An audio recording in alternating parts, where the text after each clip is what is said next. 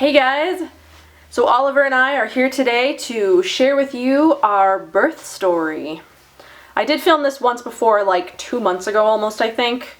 I think he was about 2 months old when I tried to film it the first time, and he's going to be 4 months old in like a week. I can't even believe it. Like, this kid just grows so fast.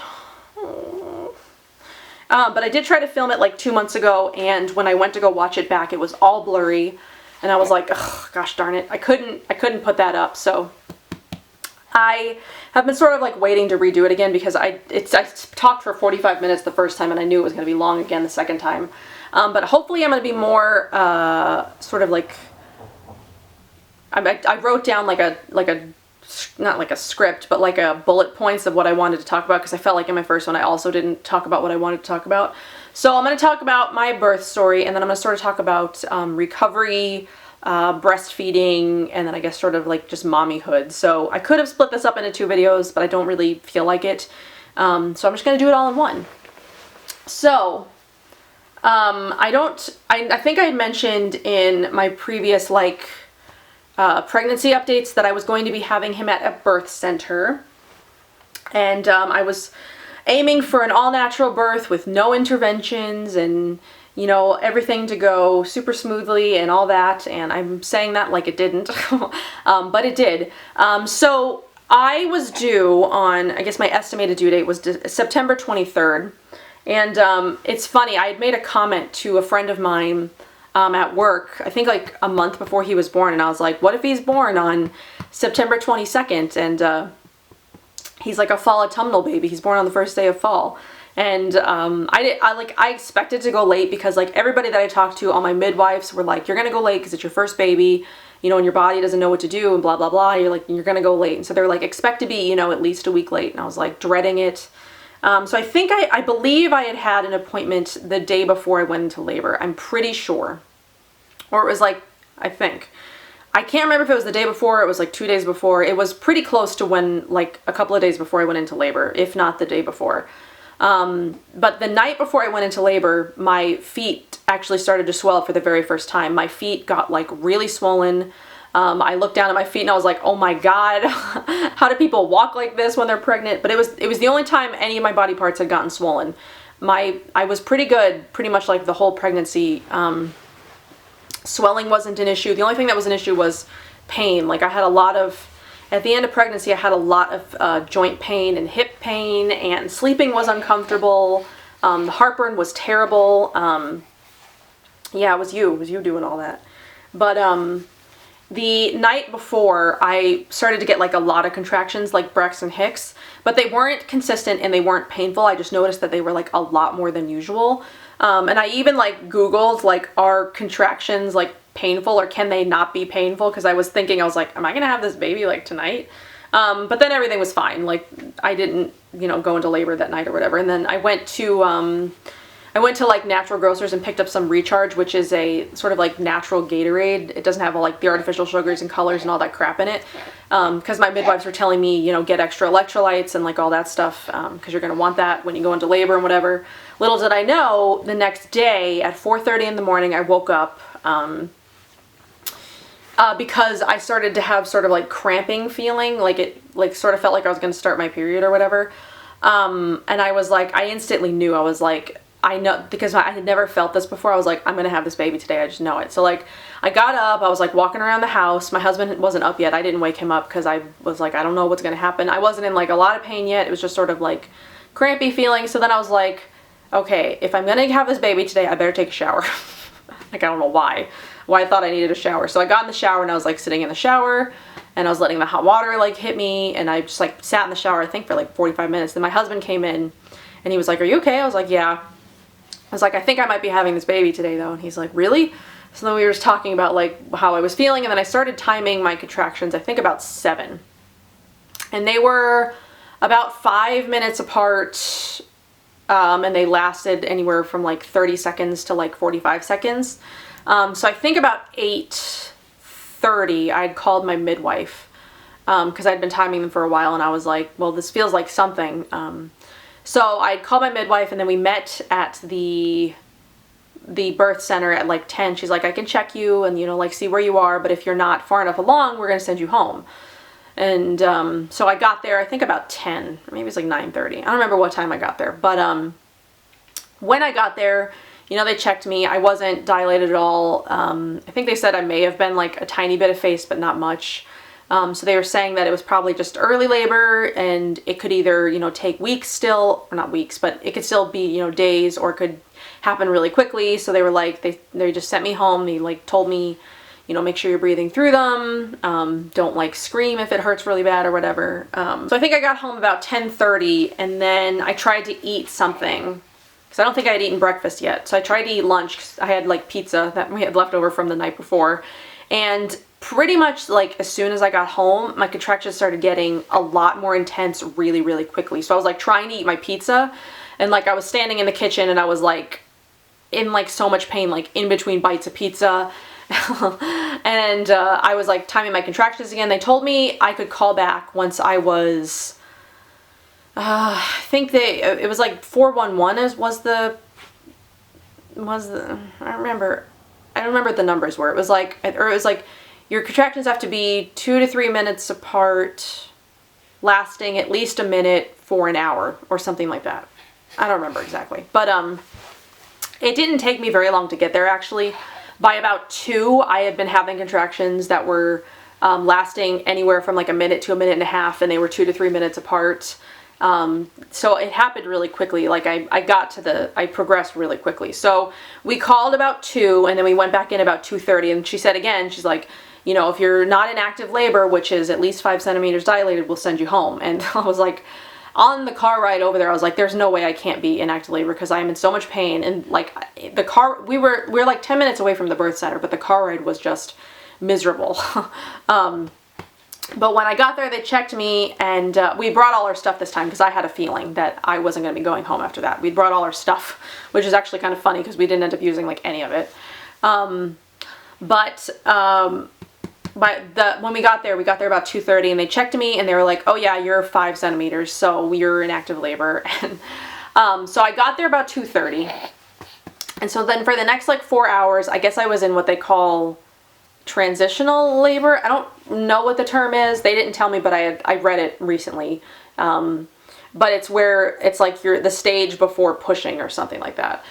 So for the next 4 hours, like I labored in like the shower with like the hot water running over me. I labored in the birth tub, and then I think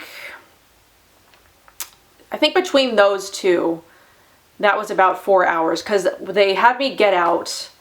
Because I started to feel like I was getting, like I needed to push, like I was starting to feel that way, so they wanted to check me again. And then by the time I got out of the tub, they checked me and I was 10 centimeters. So in between like 10 a.m. and 6 p.m.-ish, I went from 0 to 10. So, and it was hard.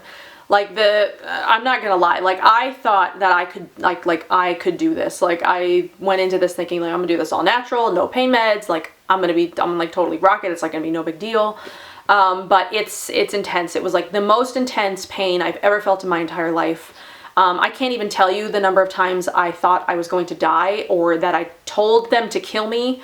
I was like, I can't do this, I'm going to die, please kill me. Like it was the most intense pain I've ever felt in my entire life, and I just like, there's no other way to describe it. Like I remember it still, like how intense the pain was, and just like how I felt. Like it's the whole time, it's just like you're in between like contractions, you get like a tiny bit of a break, but towards the end there, like when I was like at 10 centimeters, you get 0 break. It's like contraction, contraction, contraction. It's like you're tired and you're in so much pain, and it's just really hard. And but I did it all without pain meds. So I didn't think that I could. I'm glad that I was at a birth center instead of a hospital, because I don't know, I mean, I probably would have been strong enough to like say, you know, still don't give me anything, but I didn't want the option to be there. I didn't want somebody to be like, do you want pain medication? Like, are you sure you can't do this? Because I don't know. I want to say that I was strong enough that I would have like said, no, don't give me anything, but I didn't want the option to be there, and I'm glad that it wasn't. So once we were at 10 centimeters, I wasn't totally ready to push because he wasn't in the right position, but I think it's hard to remember now because it's been so long. I think right at the 10, oh, I guess before all this, I hadn't peed it like all day. And I had been drinking so much liquid. I'd gone through 2 of those recharge things, and they're 1 liter each. So in a span of like 2 hours, I had gone through like 2 liters of fluid, but I hadn't peed. Neither did I feel like I had to. So they were like, we need to catheter you, or like, they were like, can you pee? And I was like, no. And they're like, we need to catheter you then. So they tried to catheter me, but it didn't work the first time. Like, my bladder was not in a good position or something, or he was in the way or something like that. But he also was not in the right position. He wasn't sunny side up, but he was, his head was crooked, and it was like stuck behind my pubic bone, I think. So they did this technique called, I want to say it's like reboso. It's where they like sort of manipulate the baby in your belly by using like a wrap or a towel or something, and then sort of like maneuvering it on your belly. I think if you Google it, or if you YouTube, look up a video of reboso, you'll see what I'm talking about. But they did that for like an hour. I feel like it's hard, like time. I don't really know how long each process took or how long we did anything. It just feels like so long because I was in so much pain. But eventually that moved him enough that we could start pushing. So I pushed for like 4 hours to get him out because he just kept getting stuck, and then they, you know, cathetered me at a point in between pushing, which was hard because they're like, you have to sit still. And I'm like, how do you sit still in between like really intense contractions? Like, I don't know, but I did it somehow.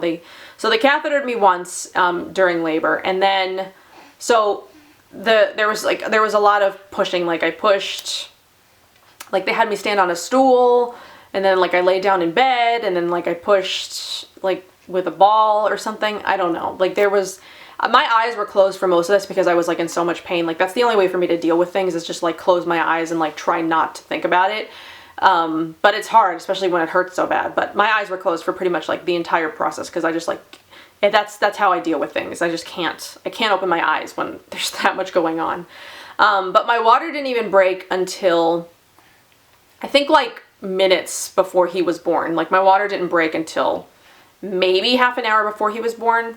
And that was an interesting sensation, like all the fluid like rushing out of you. It's such a weird feeling. And there was so much of it too. Like, I wanted a home birth, but I'm actually glad that I didn't, because when at the end, like when I looked around, like after everything was done and he was born, I was like, my God, it looks like a murder scene in here, because there was like blood and fluid and stuff everywhere. And I was like, I'm so glad I did not have a home birth, because I know they like clean up and stuff, but I just wouldn't have wanted that like all over my house. So the birth center was definitely a good option for me, and if we did it again, I would do it the same way. But anyway, so I pushed for like 4 hours, and I was just like so tired. And they were like, you know, he's right there. And my wife like threatened an episiotomy, or my midwife threatened an episiotomy on me. She's like, if you cannot push him out yourself, I'm going to have to give you an episiotomy. I'm like, no. She's like, then you need to push him out, because like it was hard. And his heartbeat, like towards the end, it would dip down low in between contractions. So they had me on oxygen to sort of like bring it back up. But eventually I was able to push him out, which was like the hardest thing. I hate people who were like, yeah, it was like so easy, one push and he was out. I was like, F you. Like, I'm like, you suck, because I pushed for so long and it was so hard. It was definitely not easy. I wish I was those people. And my midwife even said, like, after the first kid, your body sort of like knows what to do, and like every kid afterward is so much easier. And I'm like, yeah, right. Right? Yeah, right, Oliver. Yeah. But he had a big head, which is part of why it took so long, because his head was just gigantic. It's even bigger now than it was then. But eventually I pushed him out. I did tear, I ended up with a 2nd-degree tear, and she had to stitch me up. I don't remember how many stitches I had to get. I think it was a lot. But I did end up with a 2nd-degree tear, which even like that hurt, but it stung more than anything. Like, the contractions were definitely way worse than like the sensation of tearing, even though that was pretty painful. But eventually I pushed him out. He was born at 10/16 on November 22nd. He was 8 pounds 6 ounces. He's definitely doubled his birth weight since then. I think he's about 16 pounds. And he was 21 inches long. So he was a big boy. weren't you? You were just such a big boy. But we did do delayed cord clamping or whatever. They delayed it until like all the blood was clear from the cord, so I think that was about 15 minutes. And then they got my placenta out somehow, or she like pulled it out. I don't know. Whatever she did, it hurt. And that was pretty painful. And then so they laid him on me. We did skin to skin like immediately, and he cried right away, which was great. His lungs were clear and great. He had like a nice big head of hair, and he was just the cutest little thing.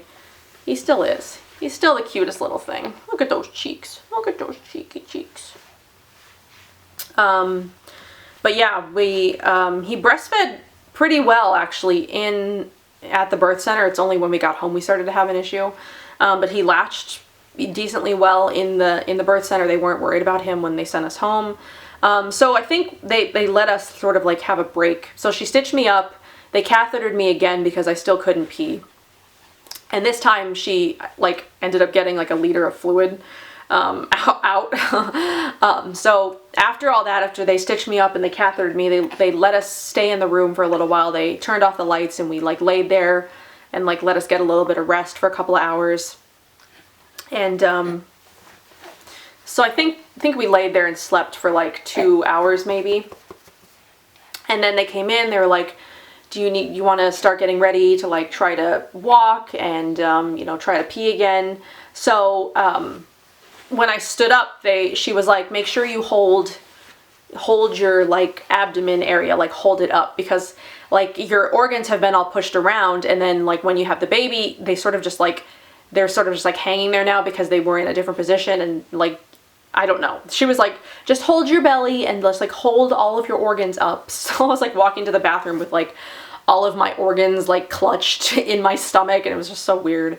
So then I took a little bit of a shower, sort of. Like I didn't use any shampoo or anything like that. I brought a bunch of stuff with me, and the only thing I ended up taking out of my bag was his clothes, his diaper, and an outfit for me to go home in. So like I brought a whole bunch of other stuff that I didn't even need or use. I mean, we were only there for 5 hours and then I went home, but we didn't need like hardly anything. And if we do the birth center again, if we have another baby, I would definitely just bring like a change of clothes and an outfit for the baby, because you really don't need anything else, because you're not spending the night.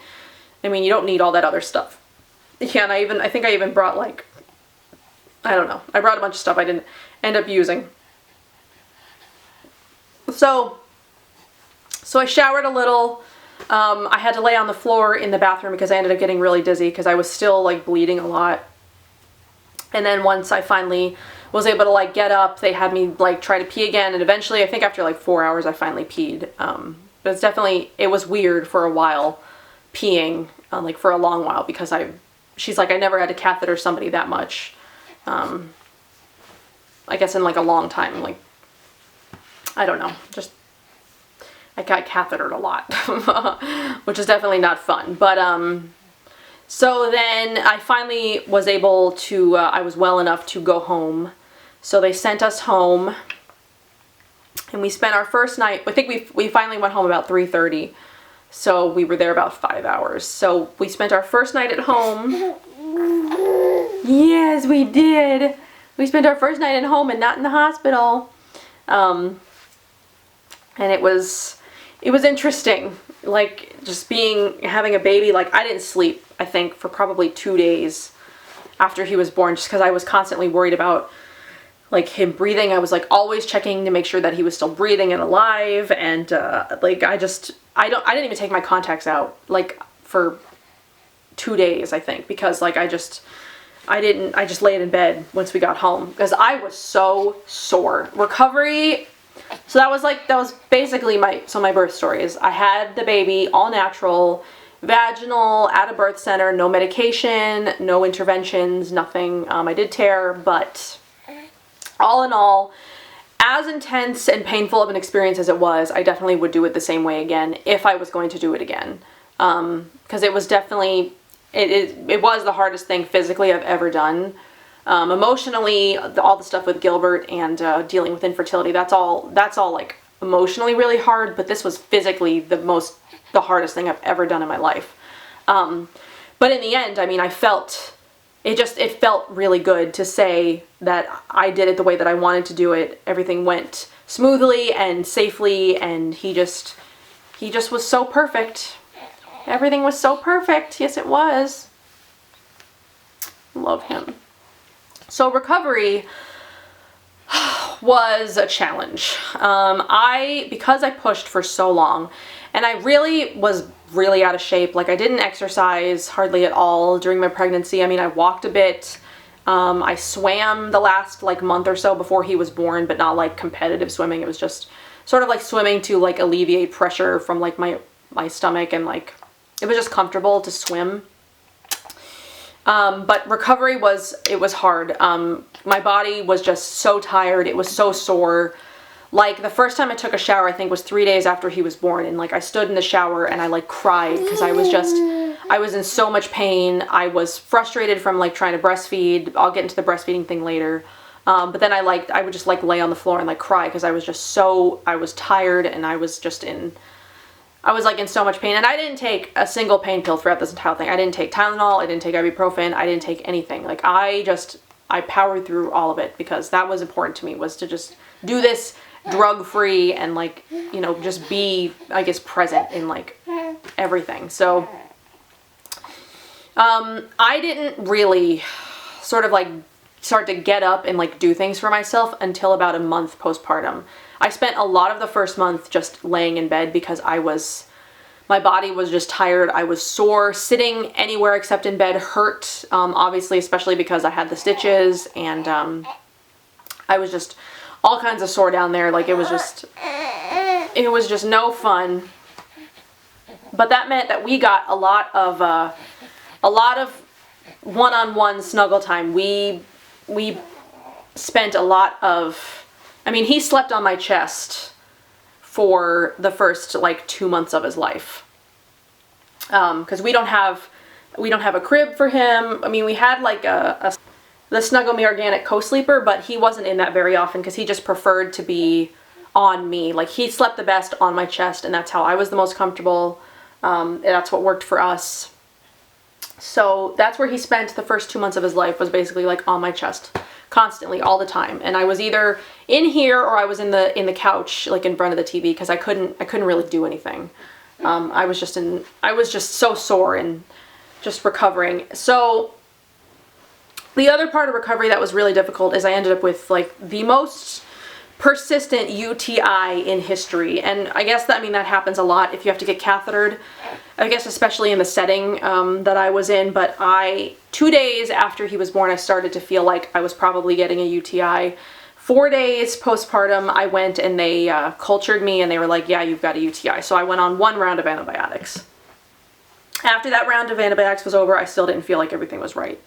Like, I still, like, things just didn't feel right. Like, you know when things don't feel right. So I went on, they cultured me again, and I went on a second round of antibiotics. And then even still, like a week after I'd finished my second round, I was like, this still isn't right. Like, things still aren't, like, done.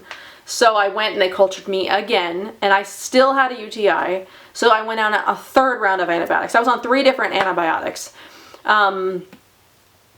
Pain medication and like that kind of stuff, like, I'll do without it if, you know, as much as I can. But for something like this where like a UTI, I generally do not like to take antibiotics if it can be avoided, but there was no way that I could avoid taking antibiotics for this, especially because by day 4 my kidneys were starting to hurt, so I was starting to get like a kidney infection, and I didn't want that to happen. So I did the antibiotics.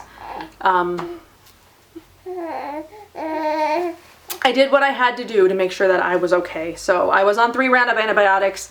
I made sure that I was taking like double probiotics the whole time I was on antibiotics. So I do feel like I avoided any like weird gut issues or anything like that because I was taking the probiotics actively. So by about 7 or 8 weeks postpartum, I finally had cleared the whole UTI thing. So it's gone. It took 3 rounds of antibiotics and like 6 weeks to do it, but it finally went away. But yeah, that was really it. I didn't really start feeling like myself until about 3 months postpartum. So we'll talk about weight, I guess. I gained somewhere between 45 and 50 pounds. I gained like almost 10 pounds in the last like 2 weeks before he was born. Yeah, I gained a lot of weight at the very end. I don't know how much, and a lot of that might have been like swelling and like water weight, but I gained a lot of weight at the very end. But I ended up between 45 and 50 pounds. So before I had him, I'm usually between 130 and 135. But by the last time I weighed myself, I was about 180, which was a scary number to be at when I've never been that high before. Before this, the highest I'd ever been was like 155 or something. Like 180 is a scary number. But I think like a week postpartum, I lost about 25 to 30 pounds of it already. And then it came off a lot slower after that. But by 16 weeks postpartum, I had lost all of it, and I'm actually down 2 less than I was pre-baby, and I wasn't doing anything to lose the weight. I'm actually eating more than I feel comfortable with because I'm trying to keep the weight on. But because I want to make sure that breastfeeding, you know, continues to go well and I don't lose my supply or whatever. But I have lost all the weight. I am back in my regular clothes. I do still wear some of my maternity shirts just because I like them. But about 2 months postpartum, I was able to put away most of my maternity clothes, like my dresses and my shorts and pants and some of my shirts. Yeah? Tell them. Tell them. Tell them. But yeah, by 2 months, I was able to put away most of that stuff. And I only kept out the shirts that I actually wanted to continue to wear because I like them. And they fit, you know, they fit looser because they're obviously, you know, designed for pregnancy, but they still fit me pretty decently. So I have lost all the weight and plus some. I'm just trying to keep a healthy weight, keep some weight on. So I'm not eating, I mean, I'm not eating terribly, but I am eating a lot of like snacks and sort of some like what you consider vegan junk food just because I'm trying to get more calories in. Because I mean, there are some days that I don't eat until like, you know, 3. Actually, come to think of it, it is 5:30. I haven't eaten at all today. Oh my God. I mean, because it's hard with him because he will like, I don't know. It's just hard. So I need to go eat something after this. Oh, Jesus. And he pulls my hair a lot. So yeah, that's the weight of it. I'm back in all my old clothes. I bought a few new things, mostly because for my trip for LA, I wanted to have something new to wear to the Indie Beauty Expo. But that's recovery. So I definitely am back to like feeling like myself. And I didn't get any stretch marks during pregnancy, and I feel like pretty amazing like about my body. Like I was worried, I guess maybe not so much worried, but I don't know. I was just thinking like my body's not going to be the same. It's not going to bounce back that quickly, but it bounced back pretty darn quickly, especially for someone my age. I mean, I'm not old, but I'm 30, so I'm not super young and I'm not active. So I'm not like exercising and, you know, doing things that I should be to get my body back, but I definitely don't think I'd be as lucky a second time, especially if we wait a couple of years to have another baby. I don't think my body will bounce back as quickly as it did. But I definitely feel normal. I feel like myself. I didn't have any sort of postpartum issues. I did encapsulate my placenta because they were telling me that if you do have postpartum issues, that could help. I took a couple of capsules, but I didn't actually end up feeling like I needed it really, so it's in my freezer. Because I didn't end up needing them, I don't think. So I didn't take those because I didn't have any. I mean, I had like the normal like first 2-week overwhelmed, frustrated feelings that, you know, like new moms get, but I definitely didn't have any like depression. No depression issues. Oh, the sun is going down, so the coloring is weird. But, okay, so the last thing we're going to talk about is breastfeeding. Breastfeeding! I knew breastfeeding was what I wanted to do, because that's really important to me. So, I feel like they make it out to be, and I don't even know who they is, just I feel like breastfeeding is made out to be like it's natural, it's going to be so simple, it's going to be so easy, but it is not easy. So my milk came in on day 3, and it came in with a vengeance. Like pretty much overnight, like I was engorged and it was painful. Luckily I had a manual pump, so I was using that pretty much every night, and I was pumping like 15 ounces a night because I just was like way overproducing. But I was trying not to pump too much because I didn't want to like stimulate too much overproduction, but I was in so much pain engorgement wise. So we ended up calling a lactation consultant because we were having trouble with latching. He didn't lose too much. Ow. He didn't lose too much of his weight after he was born. He was born 8'6", and he went down to like 7'14", so he ended up not losing that much weight. And then within 2 weeks of him being born, he was back up to his birth weight. So his eating was never an issue. It was just finding a position that worked best for us, what was comfortable, because it hurts in the beginning. So a lactation consultant did help, and I would highly recommend that to anybody, even if you just see them once, to sort of help you with like positions and like manual expression and like things like that. That definitely helped. So, and also with breastfeeding, I have an issue with like my left side. Not supply-wise, because this one actually, yeah, it is actually bigger than my right side, which is kind of annoying. So I try to even them out, but it doesn't always work. But my left side has been clogged. I've gotten clogged ducts 3 times, and actually just was dealing with like a milk blister issue. So there was like skin that had grown over the I don't know, where the milk comes out, whatever that, I don't know if there's like a term for that. But like skin had grown over that, so I was like backed up, and I finally got that like fixed last night and like all cleared. So my left side is definitely just giving me lots of problems. My right side has been like perfect and like fine, but my left side, like I'm always having problems with. But supply has never been an issue. Obviously, if you see him, because he's just like gigantic, he eats so much. He's like a monster. Look at this kid. He's a monster, aren't you? Yeah. But supply is never an issue, and if I ever feel like it's maybe dipping a little bit, all I really have to do is like make sure I'm drinking a lot more fluids, and then I'll drink like a cup or 2 of like mother's milk tea, and then it's like right back to where it should be. So I'm lucky that I don't have any supply issues. I have been able to pump like a small stash that's in my freezer. I think I've got like 100, maybe 150 ounces stashed in my freezer. I'm not like actively trying to pump like a lot, because I want to breastfeed as much as possible. Plus he doesn't really take a bottle that well, which has been kind of interesting. But the first couple of weeks, I think it took us about a month to finally like get breastfeeding under control. And even now, the positions that work best for us are actually laying down. He's gotten too big to sort of like do it the way that we used to do it, where he would like, I would lay back and he would lay on top of me. He's gotten kind of big for that, so we lay down like side by side. Yeah, tell them. Tell them. So cute. But I actually enjoy it. I mean, when it goes well and I'm not dealing with like clogged ducts or milk blisters or whatever, I mean, I actually enjoy breastfeeding. I think it's a really special experience, and he's actually hungry now. So I gotta wrap this up, but yeah. So he's, like I said, he's gonna be 4 months old in a week. And he's definitely gotten a lot more talkative, but he's so big. He's already in 3 to 6 months clothes. I had to start putting him in 3 to 6 months clothes about 2.5 months.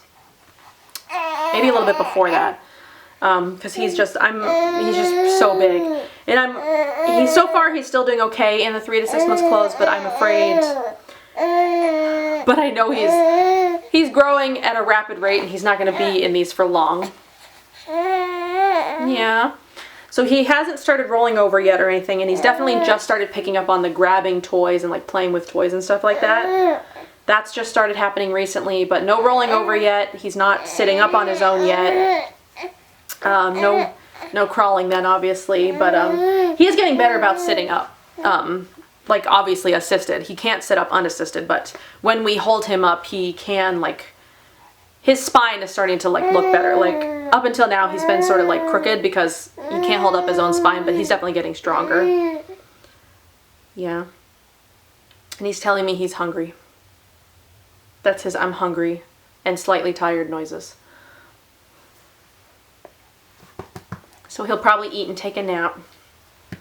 But, I mean, if there's anything else that you guys want to know, just let me know. Ask me any questions. I can always put up, like, update videos if you guys want to see updates on Oliver. Oh, his name is Oliver, which you know by now. He wants to talk to. Tell them your name is Oliver. My name is Oliver Tomas, and I'm the cutest thing on planet Earth. Yes, I am.